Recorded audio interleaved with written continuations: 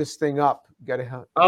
Let's go into closing, and this was super exciting, Jim, really, and I wonder if you'd like to continue this some other time, but let me jump to I have some few closing questions. I'll just wrap them into one. I had one about God and about how it feels to be a believer in science. And let me ask you this one. Can you tell us about one thing in your work where you saw God's hands so obvious? You know, you thought, this can never be there if there is no God. Yeah, I remember we were building what we had called a synthetic brain. And it was to take a disordered array of molecules and nanoparticles in a box, in a micron-sized 2D square, and program it to do something useful. So to take disorder and give voltage pulses from the outside to make order. This was the constituents. What were the constituents? What were the constituents? It was molecules that could undergo switching states and held together by nanoparticles.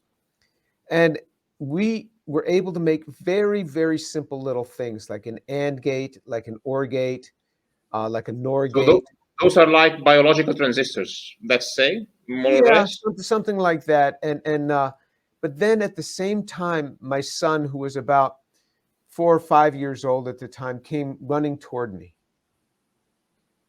And I looked at the complexity of what he was saying and what he was doing and how he's running and moving. And here I am putting everything I have into a molecular system to try to build some sort of computing device. And here is a functioning child. And I said, God, you are extraordinary. How did you do this? How did you make him like this?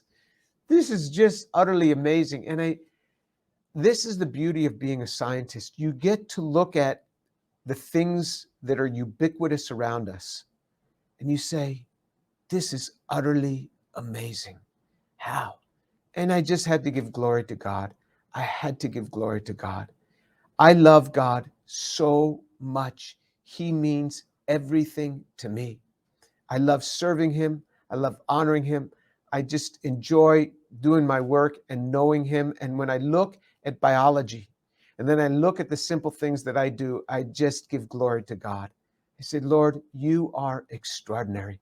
Blessed be the name of the Lord. Blessed be the Lord Most High.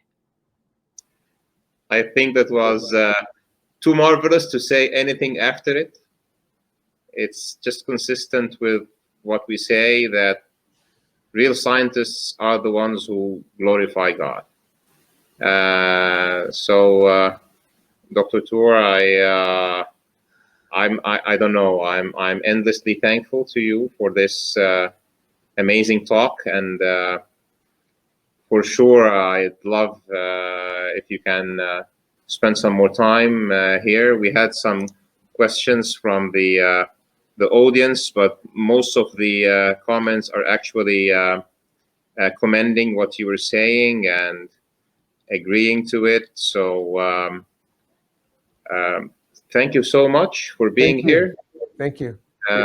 It's a blessing to find somebody who is as excellent as you in your field and as loving and touching in your feelings towards the Creator. And there is one God for everybody, and I thank you for seeing this, and for really thank you so much for having all the integrity and the courage and the honesty to call this out, and be the one. Everybody's looking at you and up at you now, because